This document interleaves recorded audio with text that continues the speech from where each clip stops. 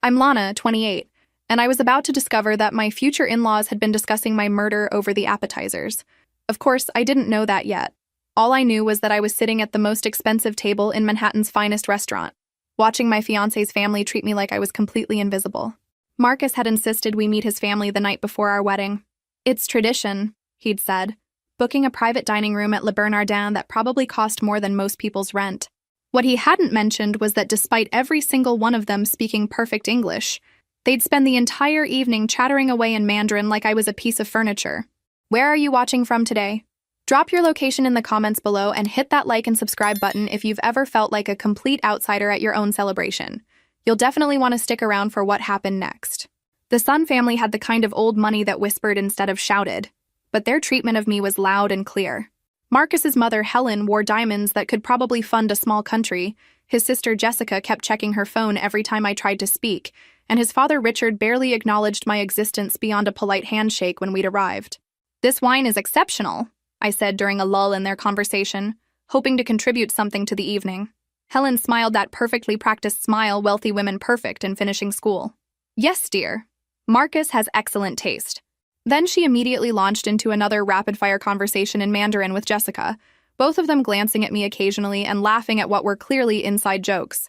Marcus joined in enthusiastically, his face more animated than I'd seen it in months. Now, I'm not a suspicious person by nature, but when your fiancé's entire family acts like you're not there on the night before your wedding, it tends to make you a little paranoid, especially when they keep looking at you while speaking a language you don't understand. The irony wasn't lost on me that I was marrying into a family that had already decided I didn't belong at their table. But hey, at least the champagne was good, right? "I need to use the restroom," I announced, placing my napkin beside my barely touched plate. Marcus glanced up from his animated discussion with his father. "Of course, sweetheart. Take your time." Such a caring response. Really made me feel like part of the family. As I walked toward the back of the restaurant, I couldn't shake the feeling that this dinner was some kind of test I was failing spectacularly. Little did I know it wasn't a test at all. It was a celebration. The ladies' room at Le Bernardin was fancier than my first apartment. All marble and gold fixtures, with the kind of soap that probably cost more per pump than I spent on groceries in a week. I stood in front of the mirror, trying to convince myself that feeling excluded at my own rehearsal dinner was normal family dynamics, not a red flag the size of Texas. That's when I heard the door open behind me. "Excuse me," a soft voice said. I turned to see one of the servers, a young woman who'd been quietly refilling water glasses at our table all evening. She looked nervous, her hands fidgeting with the small towel she carried. "Can I help you with something?" I asked, assuming she had a question about our service. She glanced at the door, then stepped closer, lowering her voice to barely above a whisper. "I need to tell you something important. About what they were saying at your table." My stomach dropped. "What do you mean?" "I understand Mandarin," she said, her eyes wide with something that looked like fear. "They weren't just talking about wedding plans." I felt my face go cold. "What were they talking about?" She moved closer, checking the door again. "They have plans for you. Bad plans. After tomorrow, after you sign the marriage papers." Her voice was shaking now. "You need to leave. Tonight. Don't go back to that table." I stared at her, my brain struggling to process what she was saying.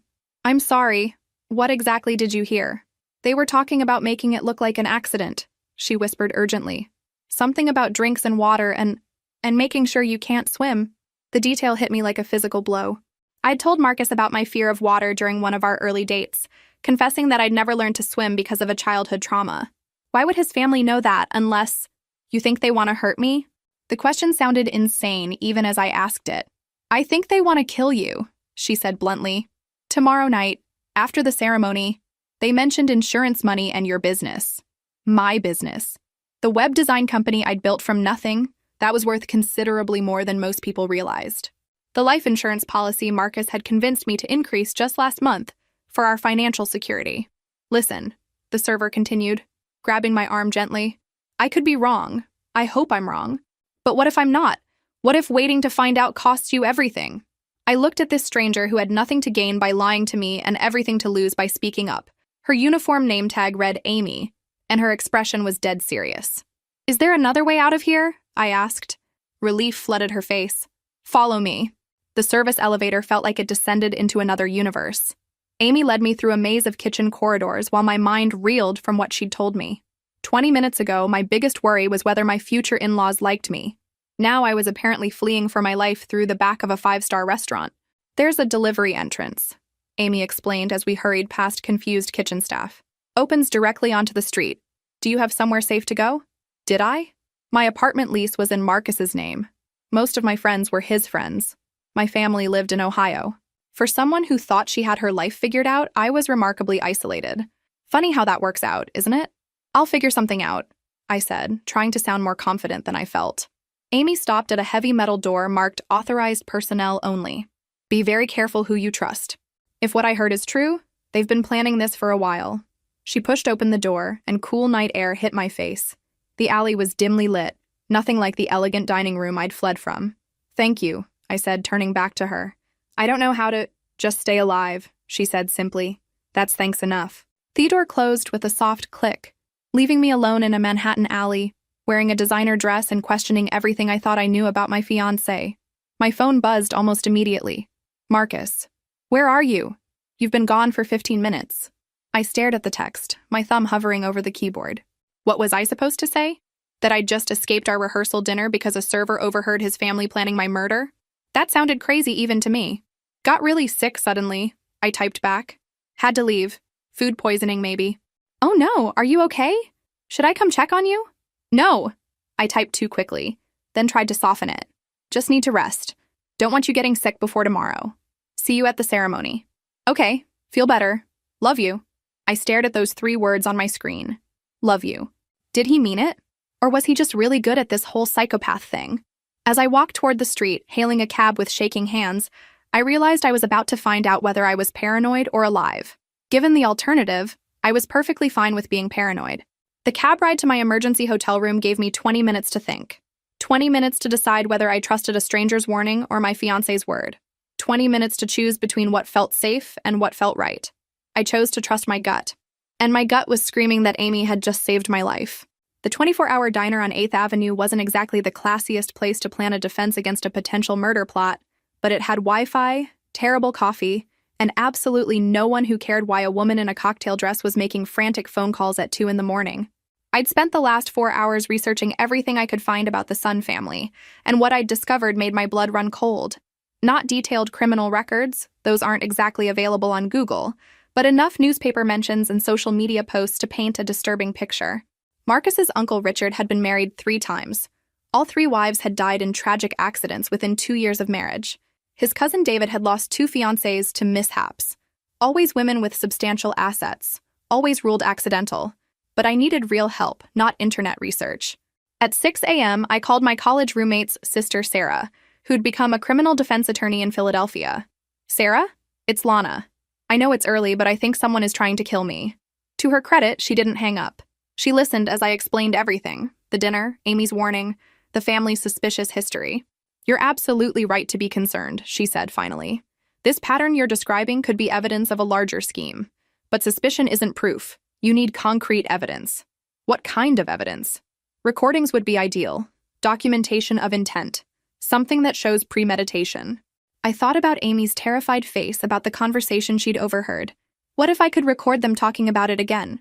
That could work, but Lana, if these people are as dangerous as you think, getting that recording could put you in more danger. I'm getting married in 6 hours, I said quietly. If I don't do something now, there might not be a later to worry about. Sarah was quiet for a moment. Where's the wedding? The plaza. They've booked the ballroom and bridal suites. Okay. If you're determined to do this, you need to understand New York's recording laws. You're in a one-party consent state, which means you can legally record conversations you're part of.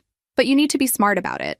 She walked me through the technical requirements while I downloaded a recording app to my phone. By the time we hung up, I had a plan. It wasn't a great plan, but it was better than walking blindly into what might be my own murder. I had 5 hours until the ceremony. 5 hours to gather evidence that could save my life or prove I was completely paranoid. Either way, I was about to find out what the Sun family really thought of their newest member. The Plaza Hotel was already bustling with wedding preparations when I arrived at 10 that morning, looking like every other excited bride-to-be instead of someone planning to record evidence of her own planned murder. Nothing suspicious about that at all. I'd spent the early morning hours learning everything I could about smartphone recording and New York law. The recording app was hidden 3 screens deep in my phone, accessible with a simple swipe pattern that I'd practiced until it was muscle memory. The bridal suite was exactly what you'd expect from the plaza, all cream silk and crystal, with enough mirrors to make a person dizzy. Helen and Jessica had arranged to get ready here together, a family tradition they'd mentioned at dinner. How thoughtful of them to include me in their pre-murder bonding time. "Lana, darling." Helen's voice was all warmth and fake affection when I entered. "We weren't expecting you quite so early." I'd deliberately arrived before my scheduled time, hoping to catch them in unguarded moments. "I couldn't sleep," I said, which was entirely true. "Thought I'd see if you needed any help with preparations." Jessica looked up from the vanity where she was organizing makeup. "How thoughtful. Feeling better this morning?" "Much better, thank you." I set my purse carefully on a chair near their conversation area, phone already recording. "I brought some jewelry options to show you." It was a weak excuse to linger, but Helen took the bait, examining my grandmother's pearl earrings with what looked like genuine interest. "Lovely," she said, though perhaps a bit modest for such an important occasion. That's when Jessica said something in Mandarin that made Helen laugh, a sound that made my skin crawl, even though I couldn't understand the words. Yet. They continued their conversation in Chinese while I pretended to organize accessories, my heart pounding as my phone captured every word. I caught Marcus's name several times, along with what sounded like numbers and time references. The conversation went on for nearly 10 minutes before they switched back to English, discussing flower arrangements and photography schedules like 2 women planning a celebration instead of a murder. "The reception timeline is perfect," Helen said, adjusting her necklace in the mirror. "Everything should go very smoothly." Jessica nodded, applying lipstick with steady hands. "Marcus seems so happy. This is exactly what the family needed." What the family needed. Not what Marcus wanted, or what would make us happy as a couple. What the family needed. I continued recording for another 20 minutes, capturing their casual discussion of wedding logistics mixed with occasional bursts of Mandarin that made them both smile in ways that didn't reach their eyes. When I finally excused myself to check on the flowers, I had nearly 30 minutes of audio that might either save my life or prove I was completely paranoid. Now I just needed to find out what they'd actually said. The Apple store in Midtown was my salvation. The tech support representative took one look at my desperate expression and immediately offered to help with urgent translation needs. God bless customer service. I found a quiet corner and opened the translation app he'd recommended, my hands shaking as I played back the recording. The software converted the Mandarin to English text, and with each translated line, my worst fears were confirmed. The naive girl has no idea what's coming tonight. Marcus chose well. She trusts everything he says. After she signs the marriage certificate, we wait exactly 1 hour before serving the special cocktail. The drug will make her confused and unsteady. Perfect for an accident near the pool. Make sure the family stays inside during the incident. Too many witnesses could complicate things. Marcus should wait at least 10 minutes before calling for help, long enough to ensure the outcome we need. $2 million in life insurance plus her business assets. Finally, Marcus proves himself worthy of the family legacy. I stared at the translated text until the words blurred. Every detail of my murder, planned out like a dinner party. The timing, the method, the cover-up, even the reason. Marcus needed to prove himself to his family by successfully killing his wife. My phone buzzed with a text from the man who was planning to drug and drown me in 3 hours. "Can't wait to see you in your dress. Love you so much." I screenshot the translation, saved the original recording to 3 different cloud accounts, and sent everything to Sarah's secure email. Then I called the NYPD number she'd given me for Detective Rivera. "Detective Rivera, this is Lana Chen. I have recorded evidence of a planned murder, and I'm supposed to be the victim in about 2 hours." 20 minutes later, I was sitting in a police station, playing my recording for 2 detectives and an assistant district attorney. Apparently, when you have audio evidence of a murder plot, people take you very seriously. "This is enough for arrests," Detective Rivera said after hearing the translated conversation. "But we need to coordinate carefully. If we move too early, we might not catch everyone involved. If we wait too long, I become a murder victim," I finished. "Exactly. So here's what we're going to do." The plan was simple but terrifying. I would go through with the ceremony, with undercover officers positioned throughout the venue. The moment anyone tried to serve me a special cocktail or guide me toward the pool area, they'd move in. "We'll have surveillance on the entire family," Detective Rivera explained. "If this is part of a larger pattern, we want to gather evidence on all their activities." As I signed statement after statement, I marveled at how much my life had changed in 12 hours. Yesterday, I was worried about seating arrangements and centerpieces. Today I was helping plan a sting operation at my own wedding. But at least now I knew I wasn't paranoid. I was just engaged to a family of killers. Getting into my wedding dress, knowing that my groom was planning to murder me, was definitely not covered in any bridal magazines I'd ever read. But there I was, standing in the plaza's bridal suite bathroom, applying makeup while wearing a wire and trying to look like a happy bride instead of someone coordinating with law enforcement. Detective Lisa Chen, chosen specifically because her last name wouldn't raise suspicions, was posing as my maid of honor. 2 more officers were disguised as hotel staff. The plan was elegant in its simplicity. Let the family proceed with their plot until they made an overt move, then arrest everyone involved. "How are you holding up?" Detective Chen asked as she helped me with my veil. "Honestly, I'm terrified," I admitted, but also kind of angry. They really thought I was that stupid. A knock on the door interrupted us. "Lana?" Marcus's voice. "Can I see you for just a minute before the ceremony?" I opened the door to find my fiancé looking genuinely nervous and excited. For a split second, looking at his familiar face, I almost wondered if I'd gotten everything wrong. This was the man who brought me coffee in bed and remembered how I liked my eggs. Then I remembered the recording. Marcus chose well. She trusts everything he says. "You look absolutely beautiful," he said, his smile seeming completely genuine. "I just wanted to tell you how excited I am about starting our life together." "Me too," I lied smoothly. "I can't wait to be part of your family." His eyes lit up at that. "They're going to love having you as a daughter. Really love it." I bet they are, I thought. Especially the part where I die and leave them $2 million. He kissed my forehead gently. "See you at the altar, Mrs. Sun."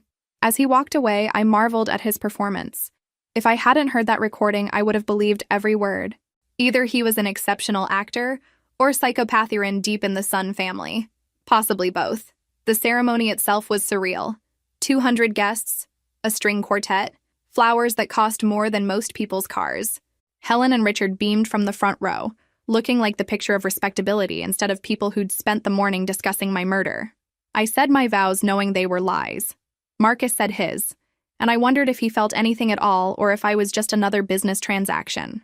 When the officiant pronounced us husband and wife, Marcus lifted my veil with the same hands that would try to push me into a pool within hours. I kissed my would-be murderer and smiled for the photographer, while police officers disguised as caterers watched from the corners of the room. The reception was even more elaborate. A full orchestra, champagne that probably cost more per bottle than I made in a week, and a beautiful pool terrace that would have been the last thing I ever saw. I danced with Marcus, made small talk with his relatives, and waited for someone to offer me that special drink while wearing a wire and surrounded by undercover cops. At 9:23 p.m., exactly 1 hour after I'd signed the marriage certificate, Jessica approached with a crystal champagne flute. "For the bride," she said, her smile bright and warm. "A family toast. Very special recipe." That's when Detective Rivera gave the signal. "Police! Everyone down!" The plaza ballroom erupted into absolute chaos. Guests screamed and dove under tables as officers emerged from every corner of the room. The orchestra stopped mid-song. Crystal glasses shattered against marble floors. Jessica dropped the champagne flute, the one containing God knows what kind of drug, and tried to run.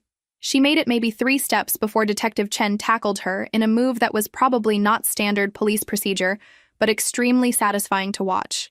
Marcus grabbed my arm, his grip tight enough to leave bruises. "Lana, what the hell is happening?" I yanked away from him, stepping back toward Detective Rivera. "I know about the plan, Marcus. All of it."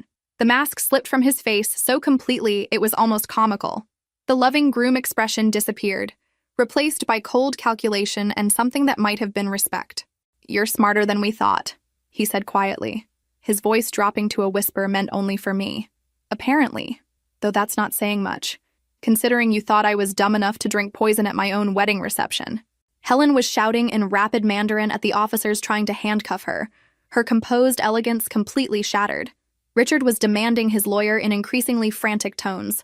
But it was Marcus's uncle David whose reaction told me everything I needed to know. He wasn't surprised or confused. He was calculating, looking for exits. "David's son," Detective Rivera announced, approaching with handcuffs. "You're under arrest for conspiracy to commit murder, insurance fraud, and suspicion of murder in the deaths of Margaret Chen, Lisa Park, and Jennifer Wong." The list went on. 3 wives, 2 fiancés, a business partner who'd asked too many questions about irregularities in the family's investment accounts. The Sun family had been running this marriage murder scheme for over 15 years. "You have the right to remain silent," Detective Rivera continued, but David wasn't listening. He was staring at me with something that might have been admiration. "Impressive," he said as they cuffed him. "Marcus said you were different, but we didn't realize how different." Marcus was being read his rights by Detective Chen, still in her bridesmaid dress and looking absolutely no nonsense about the whole thing. "Lana, this is insane," he called out as they led him away. "I never wanted to hurt you. They made me do it." "Sure they did," I said. "Just like they made you research my insurance policies and tell them I couldn't swim." The look on his face confirmed what I already knew. Marcus hadn't been coerced into anything. He'd been an eager participant, finally ready to prove himself worthy of the family business by successfully murdering his wife. As the ballroom cleared and crime scene photographers documented what should have been our reception, I stood in my wedding dress watching my husband of 3 hours being loaded into a police van. Detective Rivera approached, looking exhausted but satisfied. "How are you holding up?" "Better than I expected," I said honestly. "Though I have to ask, what happens to all this?" I gestured at the elaborate reception setup. "The hotel will handle cleanup. As for the marriage," he paused. "Well, that's going to be annulled pretty quickly under the circumstances." I nodded, looking around at the wreckage of what should have been the happiest day of my life. Instead, it had been the day I learned to trust my instincts and saved my own life. "There's something else," Detective Rivera said. "We're going to need your help with the investigation. This family has been operating for years, and there are likely other victims we don't know about yet." I thought about the women who hadn't been lucky enough to have an Amy watching out for them. "Whatever you need." The FBI took over the case within 48 hours, and suddenly my failed wedding became part of a federal investigation into organized crime. Turns out, when you've been running marriage murder schemes across state lines for 15 years, it gets the attention of some very serious people. Agent Sarah Kim, no relation to my college friend, became my main contact as the investigation expanded. "We've identified at least 12 potential victims across 4 states," she explained during one of our many interviews. "Your recording was the break we needed to start unraveling everything." The Sun family's operation was more sophisticated than I'd initially realized.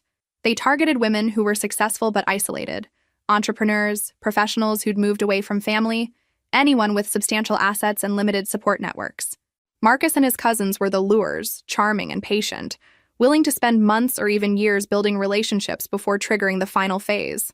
"They had a whole system," Agent Kim continued. "Background checks on potential targets, forged documents, even relationships with insurance investigators who could ensure claims were processed quickly. The evidence was overwhelming. Financial records showed a pattern of insurance payouts following accidental deaths. Email communications revealed coordination between family members. Phone records placed various sons at the scenes of multiple suspicious deaths. But the most damning evidence was the recording I'd made, combined with the attempted drugging at the reception. When they tested the champagne Jessica had tried to serve me, they found enough sedatives to render someone unconscious for hours, more than enough time to stage a drowning accident. "Marcus is cooperating now," Agent Kim told me during one of our sessions. "He's providing details about the other cases in exchange for a reduced sentence." "How reduced?" I asked. "Life without parole instead of the death penalty." I suppose that counted as progress. The investigation revealed that the family had stolen over $15 million through their scheme, not counting the additional assets they'd inherited from their victims. Properties, businesses, investments. They'd built their entire fortune on the graves of women who'd made the mistake of trusting them. 3 months after my wedding, that wasn't, I testified before a federal grand jury. Sitting in that sterile room, describing how I'd discovered my husband's plan to murder me, felt surreal, but it was also empowering. For the first time since this whole nightmare began, I felt like I had some control over the situation. "Mrs.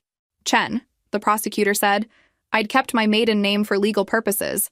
In your opinion, was the defendant's expression of love and commitment genuine?" I thought about Marcus's face when the police arrived, how quickly the mask had slipped. "No," I said clearly. "I was never his wife. I was his mark." The grand jury indicted the entire family, Marcus, Helen, Jessica, Richard, David, and 6 other relatives and associates. The trial would take months, but the outcome was already clear. None of them would see the outside of a federal prison for a very long time. As I left the courthouse that day, I realized something had fundamentally changed. The woman who'd sat at that dinner table 4 months ago, desperately trying to win over people who were planning her death, was gone. In her place was someone who'd learned the value of trusting her instincts and the importance of surrounding herself with people who actually cared about her well-being. People like Amy, who'd risked her job to save a stranger's life. It was time to find her and say thank you properly. Amy was exactly where I'd expected to find her, working the evening shift at Le Bernardin, moving through the dining room with the same quiet efficiency I remembered from that night 4 months ago. When she saw me approaching, her face lit up with relief and genuine joy.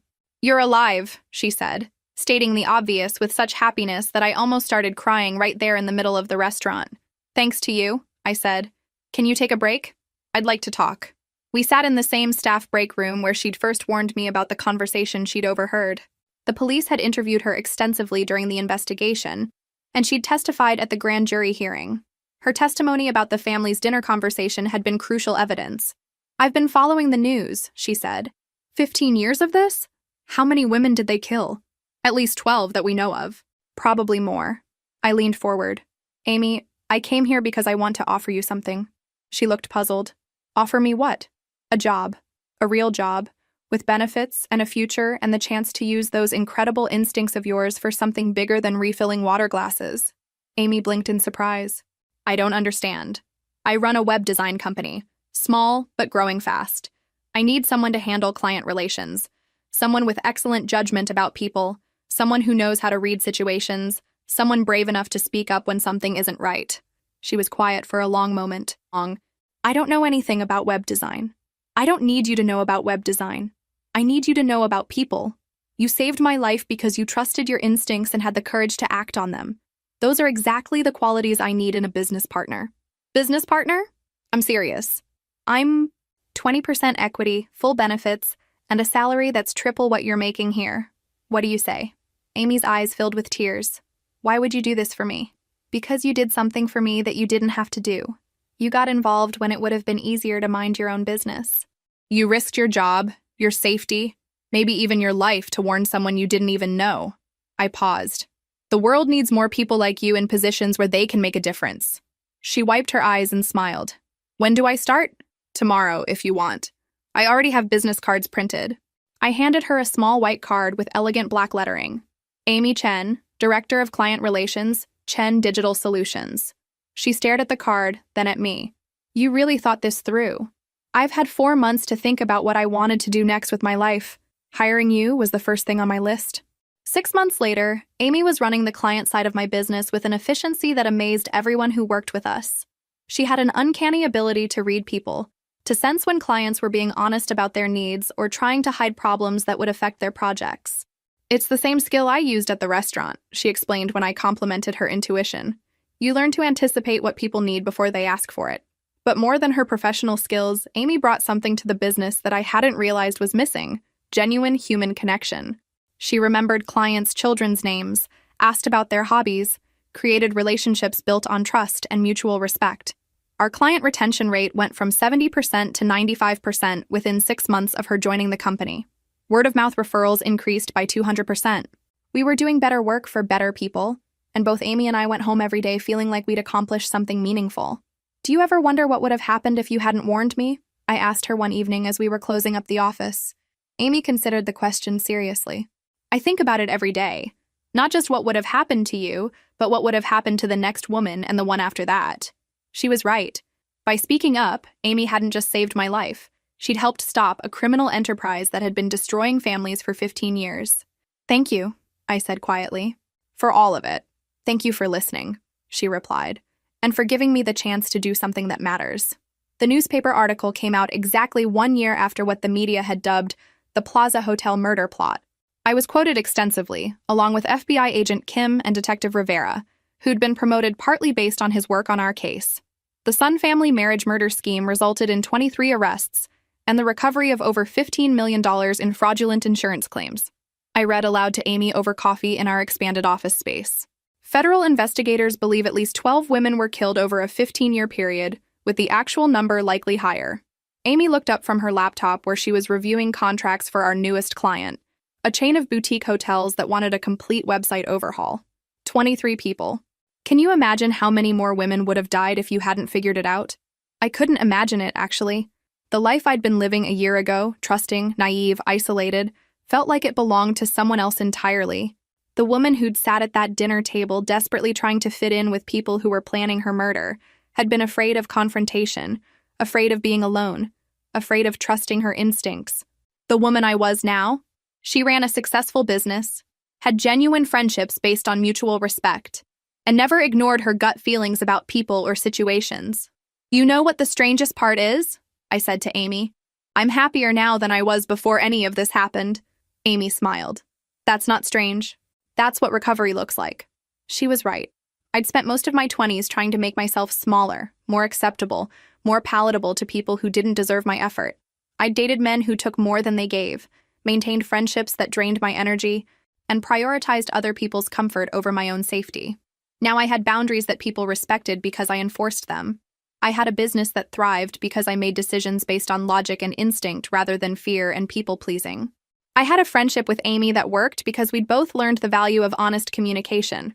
My phone buzzed with a news alert. Marcus' son denied parole in federal murder conspiracy case. I showed the message to Amy, who nodded approvingly. Good. How long is he serving again? Life without parole. His mother got 25 years. Jessica got 15 years with testimony cooperation. I deleted the alert without reading the full article. I don't really follow it anymore. That chapter of my life is closed. Good for you, Amy said. Though I have to ask, any regrets about the whole situation? I considered the question seriously. Did I regret falling for Marcus's lies? Did I regret almost becoming another victim in his family's twisted scheme? You know what I regret? I said finally. I regret that it took almost getting murdered for me to learn to trust my instincts. I regret that I spent so many years seeking approval from people who didn't deserve it. But do I regret the experience itself? I paused. No, because it led me here, to this business, to our friendship, to the life I have now. Amy raised her coffee cup in a mock toast. To terrible experiences that lead to better outcomes. To people who speak up when they see something wrong, I countered. We clinked mugs, two women who'd found each other in the worst possible circumstances and built something good from it. There's something else, Amy said, closing her laptop and giving me her full attention. Remember that conference I went to last month? The one about women in business? I nodded.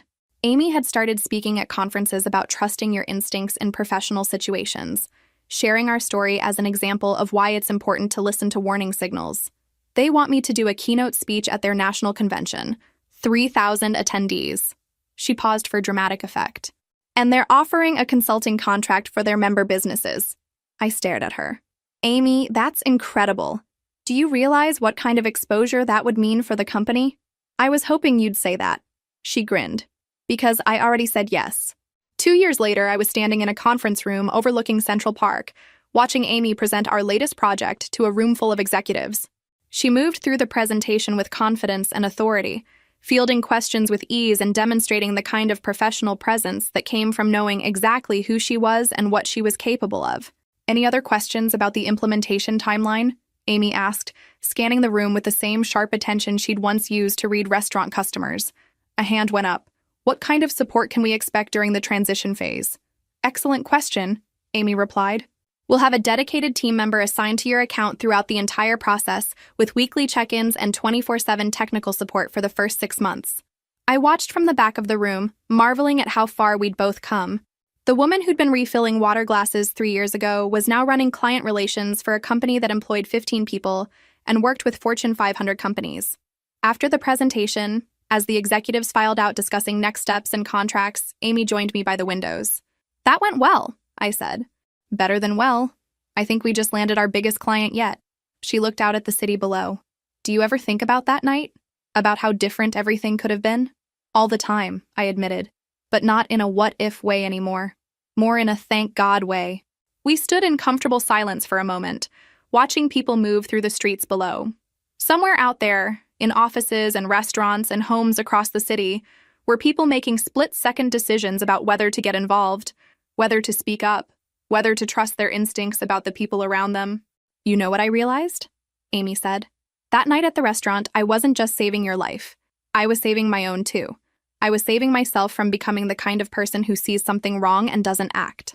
She was right. In choosing to warn me, Amy had chosen to be the kind of person she wanted to be. Someone who cared enough about strangers to take risks for their safety. I have something for you, I said, pulling a small velvet box from my purse. Amy looked puzzled as she opened it to reveal a simple gold necklace with a small pendant engraved with 2 words, Trust Instincts. It's beautiful, she said, her eyes filling with tears. But what's the occasion? The occasion is that 3 years ago, you trusted your instincts and changed both our lives completely. I wanted you to have something to remind you that your judgment is worth acting on. As Amy fastened the necklace, I thought about the different ways people define success. For a while, I'd thought success meant impressing people who were planning to kill me. I'd thought it meant fitting into spaces where I wasn't welcome, earning approval from people who didn't value me. Now I knew better. Success meant building something meaningful with people who deserved my time and energy.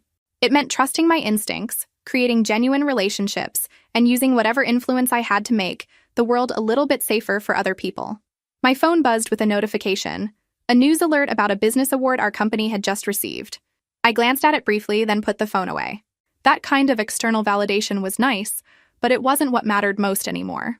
What mattered was walking into work every day knowing that Amy and I had built something good together. What mattered was the clients who trusted us with their businesses because they knew we'd do right by them. What mattered was the young women who heard Amy speak at conferences and learned to trust their own instincts about dangerous situations. Ready to go celebrate that new contract? Amy asked, adjusting her new necklace. Absolutely. But first, I want to say something. I turned to face her directly. Thank you. Not just for that night at the restaurant, but for everything since then. For building this company with me, for being the kind of friend I didn't know I needed, for showing me what it looks like when someone chooses courage over convenience. Amy smiled, the same warm expression I'd seen in that restaurant bathroom 3 years ago when she'd decided to risk everything to warn a stranger. Thank you for listening, she said, and for proving that sometimes the worst thing that can happen to you becomes the catalyst for the best thing.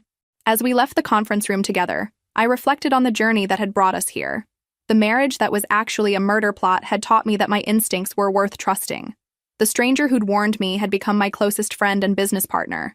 The life I'd thought I wanted had been replaced by something infinitely better. If this story resonated with you, make sure to like and subscribe for more stories about people who turn their darkest moments into their greatest triumphs. Remember, sometimes the people who try to destroy us give us exactly the motivation we need to build something better than what they tried to take away. Trust your instincts. Listen to the people who care about your safety, even if they're strangers. And never be afraid to walk away from situations that don't feel right, even when you can't explain why. Because sometimes the most important thing you can do is believe someone who has nothing to gain by lying to you and everything to lose by speaking up. Amy was that person for me. And because she chose courage over convenience, we both got to write a completely different ending to our stories than the one other people had planned for us.